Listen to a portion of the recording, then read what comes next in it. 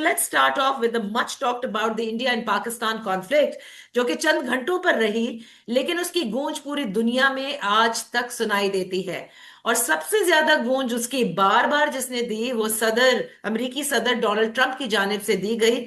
और पाकिस्तान और भारत के दरमियान जो ये कॉन्फ्लिक्ट हुई उसमें पाकिस्तान ने जिस तरह से परफॉर्म किया, उसने दुनिया में पाकिस्तान का लोहा मनवा दिया। क्या आप ये समझते हैं कि इस पूरी कॉन्फ्लिक्ट की वजह से आज पाकिस्तान को इस रीजन का और मिडल ईस्ट का एक नेट सिक्योरिटी प्रोवाइडर के तौर पर देखा जा रहा है? नादिया, सबसे पहले तो आपको और हमारे जो व्यूअर्स, हमारे जो सपोर्टर्स और फॉलोअर्स हैं, उनको हैप्पी न्यू ईयर, नया साल मुबारक। और चंद ही घंटे बाकी हैं और एक नया दिन और एक नया साल शुरू हो जाएगा। अल्लाह करे कि वो बेहतर हो। अब 2025 भी नादिया पाकिस्तान के लिए बड़ा खुशकिस्मत साल रहा है। जैसे हम्म। आपने अपने इब्तदाइये में ही कहा है, उसकी वजह ये है कि ये पाकिस्तान की, देखिए ना, साल का एंड है। और जिसे अंग्रेजी में कहते हैं कि पाकिस्तान की फॉर्च्यून्स ही बदल गई हैं। और एटलीस्ट दुनिया के स्टेज के ऊपर डोमेस्टिक मसाइल जूं के तूं हैं, बिल्कुल ऑफ कोर्स। लेकिन अगर आप नोट करें कि ये जब जनवरी 2025 था, आज से एक साल पहले, तो नादिया इस तरह की पाकिस्तान में कॉन्फिडेंस और फीलिंग नहीं थी जो कि इस साल में आ गई है। और उसमें यकीनन एक बहुत बड़ा फैक्टर ये इंडिया पाकिस्तान का जो कॉन्फ्लिक्ट है 2025 में मई में जो हुआ, और उसमें कई चीजें सामने उभर कर आ गई। एक तो सबसे बड़ी चीज जो उभर कर ये आई नादिया, कि हमारी फौज की जो कैपेबिलिटी है आर्म्ड फोर्सेस की, वो एक बार से रीस्टैब्लिश हुई। आपको पता है कि फौज का सियासी किरदार इस कदर जिसे कहते हैं पेचीदा रहा है और इस कदर बड़ा रहा है कि अभी लोगों का यही ख्याल था कि अब हमारी जो फौज है ना, वो ज्यादा सियासी फौज बन गई है। उसको जो वजीर आजम को निकालना, लाना, जोड़ तोड़, इलेक्शन, और इसको उठा लो, उसको उठा लो, मिसिंग पर्सन, उनका ज्यादा ध्यान वहां पे है। लेकिन वो गलत कयाफा साबित हुआ बहुत से लोगों का। क्योंकि यहाँ पर जिस तरह से हमारी एयरफोर्स की कारकर्दगी और ओवरऑल प्लानिंग भी, जो हमारे इस वक्त अब फील्ड मार्शल और सीडीएफ कर रहे थे, तो वो मतलब एक तरह से उन्होंने अपना लोहा मनवाया। मगर उसके साथ चाइना के साथ जो पाकिस्तान की पार्टनरशिप है, वो इस कदर भरपूर तरीके से सामने उभर कर आई कि पाकिस्तान और चाइना का डिफेंस जो है वो अब एक है when it comes to India. Right. और खुद ही नहीं करता। और वो उन्होंने अपने वेपन्स भी टेस्ट किए, अपनी टेक्नोलॉजी भी टेस्ट की, अपने प्लेटफॉर्म्स भी टेस्ट किए। और पाकिस्तान के थ्रू, और पाकिस्तान की अपनी भी उसमें काविशें थी, बिल्कुल। हमने इस पे कई माहिरीन से भी बात की। उन्होंने कहा कि ट्रेनिंग तो यहाँ होती है, पायलट्स भी यहाँ के होते हैं, और ये कि हम्म। सिर्फ ये चीन के ऊपर डाल देना भी पाकिस्तान की कामयाबी जो है उसको अंडरमाइन करने के मुतरादिफ होगा। तो चीन के साथ जो पाकिस्तान की गहरा याराना है, वो भी सामने उभर कर आया।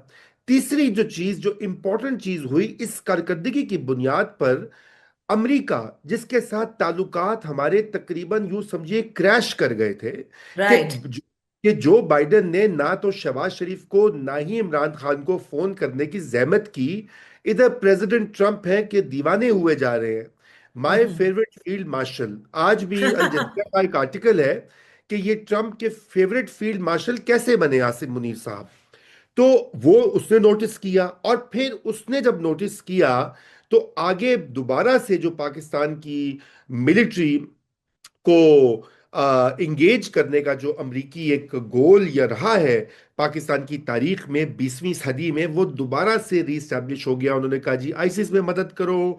उन्होंने कहा कि जी अब हमारी गाजा में हमने जो स्टेबलाइजेशन फोर्स बनानी है, वहां पे भी आप आ जाएं। मिनरल्स हम्म। का भी करें, क्रिप्टो भी करें, और तारीफे के पुल। और इंडिया नंबर 4 के ऊपर, इंडिया की ग्लोबल स्टैंडिंग जितनी हमारी ऊपर गई, उनकी नीचे आई। और इसमें कमाल की ये बात है कि इतनी बड़ी इकोनॉमी, इतनी उनकी ग्रोथ रेट हाई है, उनकी फौज भी बड़ी जिसे कहते हैं मुस्तहकम है, न्यूक्लियर आर्म्ड है, और उनके exports hundreds of billions of dollars में है। लेकिन क्या बना कि उसकी इंडिया की एक आइसोलेशन जो है, बिल्कुल उलट हो गया। वो पहले पाकिस्तान को आइसोलेट करने की 10 साल की पॉलिसी थी कि सबसे पाकिस्तान को छुड़वा दो।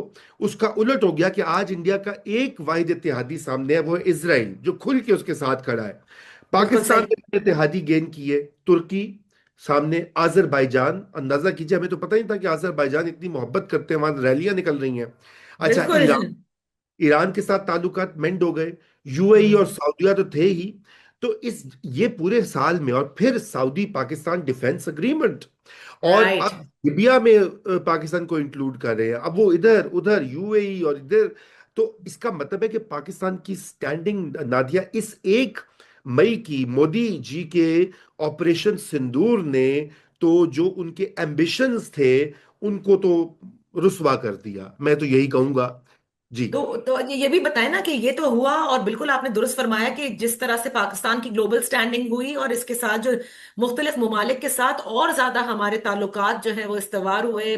चीन और पाकिस्तान की जो स्ट्रेटेजिक पार्टनरशिप है वो बिल्कुल खुलकर और किस तरह से सामने आई। जी। और मेरे ख्याल से जो सबसे इंपॉर्टेंट पहलू था रजा, जो आपने बिल्कुल इब्तिदा में कहा कि हमारी अफवाज पाकिस्तान जिनको घर में यानी डोमेस्टिकली वी ऑल बिलीव कि उनका एक सियासत में बहुत ज्यादा रोल है, और ये क्या जंग लड़ेंगे, उन्होंने वाकई वो चीज करके दिखा दी कि फिर हमने कहा अच्छा ये बैलेंसिंग एक्ट रखते हैं, ये सियासत भी करते हैं और दिफा में ये बिल्कुल पीछे नहीं हो सकते। पर एट द सेम हाँ। Time what I want to know is कि 2026 में आप समझते हैं कि भारत भारत की क्योंकि बेइंतहा सुबकी हुई है, इस सुबकी के साथ उसको फॉरेन फ्रंट के ऊपर जो आपने कहा ना कि आइसोलेट हो गया है भारत, और उसकी हर चीज उस पर उल्टी पड़ रही है, वो दोबारा कोशिश करेगा पाकिस्तान के साथ किसी सूरत अपना सिंदूर टू करने की? नादिया, ये बहुत अहम सवाल है, और मेरे ख्याल से ये एक बहुत बड़ा पाकिस्तान को थ्रेट भी है। मगर उससे पहले मैं आपको, ये जो मई 2025 की मैंने तो आपसे बात की डिप्लोमेटिक और पाकिस्तान की जो इंटरनेशनल स्टेज है, मई के डोमेस्टिक रिपरकशन उससे कहीं ज्यादा है। अच्छा। और वो क्यों ज्यादा है नादिया, कि उसका भी अहाता कर लेते हैं, क्योंकि उससे आगे जो हमारे आपने जो मौजूआत छेड़ने हैं, मैं जानता हूं जो वो लिखेंगे जवाब में, तो हम्म। उनका भी वहीं से ताना बाना जुड़ा हुआ है।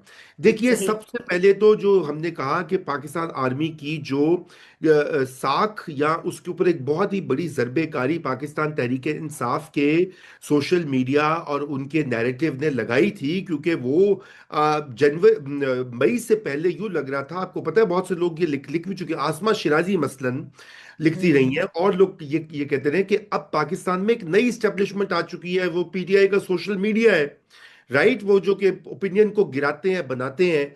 मगर मसला ये है कि वो जनवरी में अगर आप देखें कि साल के आगाज में जितना अटैक आ रहा था आर्मी पे, जनरल आसिम मुनीर पे, हम्म। और जनरल्स पे, और मैं समझता हूँ कि एक लिहाज से मैं उसको वेलकम भी करता हूँ, क्योंकि पाकिस्तान में ये डिबेट नहीं हुई, और अगर पीटीआई जो भी इंतकाम में या गुस्से में ये कर रही है, तो ठीक है, लोगों को पता लगना चाहिए कि यहाँ की क्या तारीख है, 71 का भी पता होना चाहिए, 65 हम्म। का भी। जी नादिया।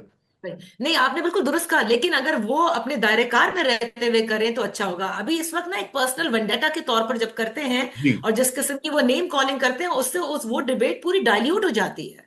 नीयत खराब है ना। नीयत तो है ही नहीं सिविल मिलिट्री बैलेंस को ठीक करने की, नीयत तो ये है कि महात्मा को कैसे वापस जो है ताज पहनाना है। अच्छा, तो नादिया, तो एनीवे, सो जनरल आसिम मुनीर की पर्सनल फॉर्च्यून से बहुत ऊपर गई। ठीक है, सही। आप ये देखिए कि स्टेप बाय स्टेप मई हुआ, उसके बाद फील्ड मार्शल का उनको ओहदा मिल गया, उसके बाद तरमीम लाई गई, लॉज चेंज हुए। अब 2025 के आखिर 31 दिसंबर को सूरत हाल ये है कि वो आर्मी के चीफ हैं, वो चीफ ऑफ डिफेंस फोर्सेस हैं, वो फील्ड हम्म। मार्शल ताहयात हैं, उनको हम्म। इस्तिस्ना भी हासिल है। और ये कि इतनी उनकी जो पर्सनल या ऑफिस की जो पावर है वो इतनी इंक्रीज हुई, तो उसके फिर रिपरकशंस होते हैं। उसके रिपरकशंस पहले तो इदारे में होते हैं, फिर सर्विसेज में सही। होते हैं। अब वो जो एयरफोर्स और नेवी हैं, वो भी अब उनके परव्यू में आ गई हैं, वो चीफ ऑफ डिफेंस फोर्सेज हैं। तो आप देखें ना कि अंदर भी जो बहुत चेंजेस सिक्योरिटी। आए हैं, इसके जो रिपल जी। इफेक्ट्स आए हैं जो हाँ। डोमेस्टिकली वो बहुत ज्यादा हैं।